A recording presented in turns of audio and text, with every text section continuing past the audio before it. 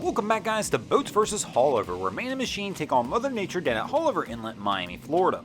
I'm your host, Broncos Guru, in collaboration with our boy Wavy Boats, and it's another Wavy Guru Productions back down here at the inlet.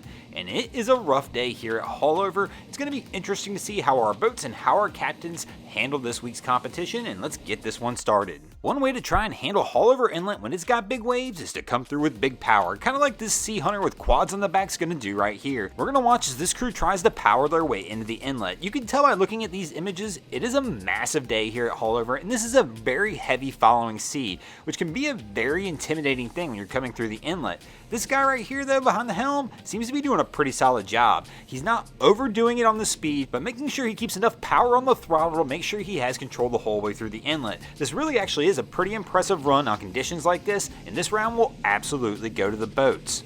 And this will wind up giving the boats an early 1-0 lead in our competition. Let's see if our second round contestant can keep up this pace. Here we're going to have a big power cat come rolling through Haulover. I love watching these boats come through the inlet, especially these Freemans. They usually wind up manhandling Haulover, but it's a rough day. It'll be interesting to see how this cap handles it.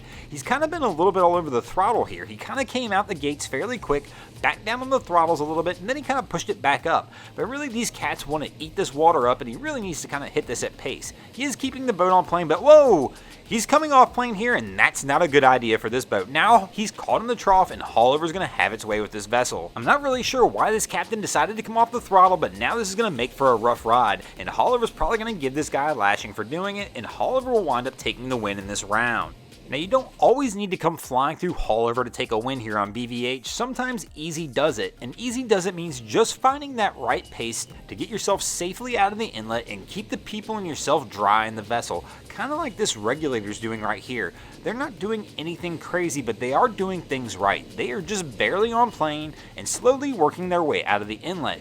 Once again, this is a super rough day. A whole lot faster than this, they'd be in for a wild ride. A whole lot slower than this, they'd be stuffing the bow. So they found that happy median that's going to give everybody kind of a comfortable ride and let this boat safely make it out of the inlet. This really is a good job here by this captain, and this crew is going to safely make it out of the inlet and make it look easy on a tough day here at Haulover, and they're going to take a win for the boats here in this round.